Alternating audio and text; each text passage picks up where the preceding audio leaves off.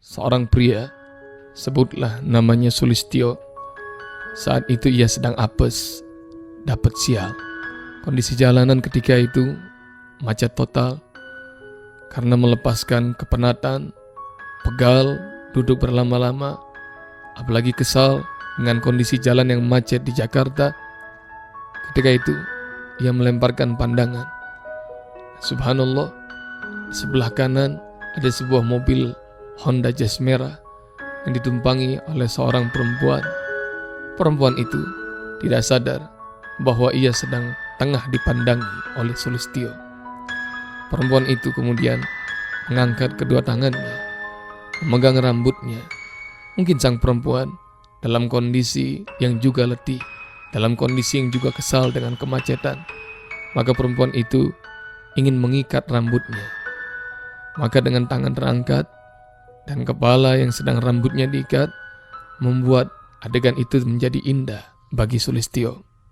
Maka sejak saat itu, Sulistyo berusaha agar mobilnya tidak jauh dari mobil sang perempuan Honda Jazz berwarna merah tadi.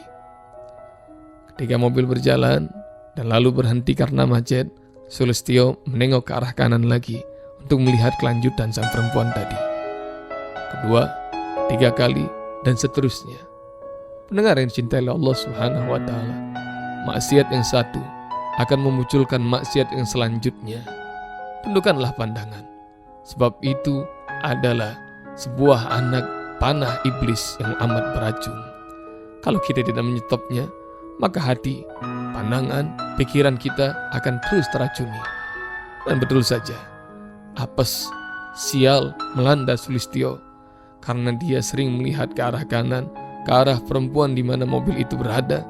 Ia tidak sadar bahwa ia sedang menjalani jalan yang menurun, maka mobilnya terus meluncur dan akhirnya menyenggol mobil yang ada di depannya. Ikhwatal iman yang dirahmati Allah Subhanahu wa Ta'ala, itulah adegan yang dirasakan oleh Sulistyo. Dan mungkin Anda atau orang yang Anda kenal pernah merasakan hal yang sama.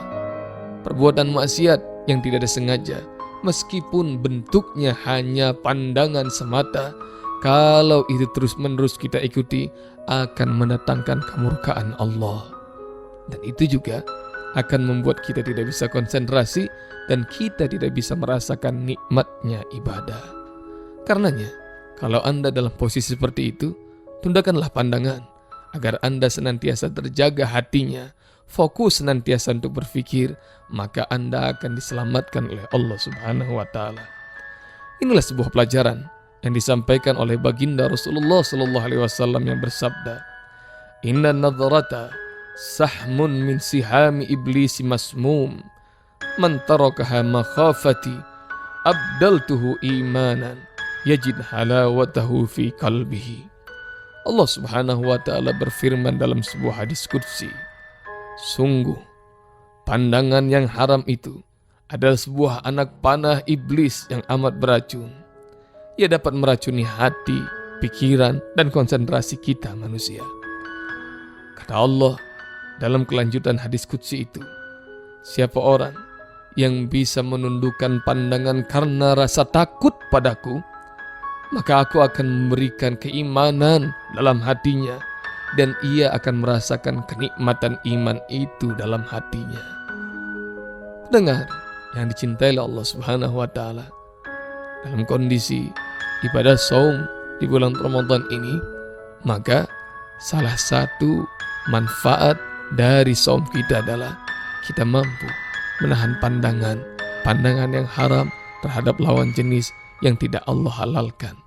Kalau Anda mampu menjaganya, pasti Anda akan merasakan nikmat ketika sujud, nikmat ketika berdiri, dan nikmat tatkala tangan kita menengadah pada Allah seraya berdoa dan bermunajat padanya.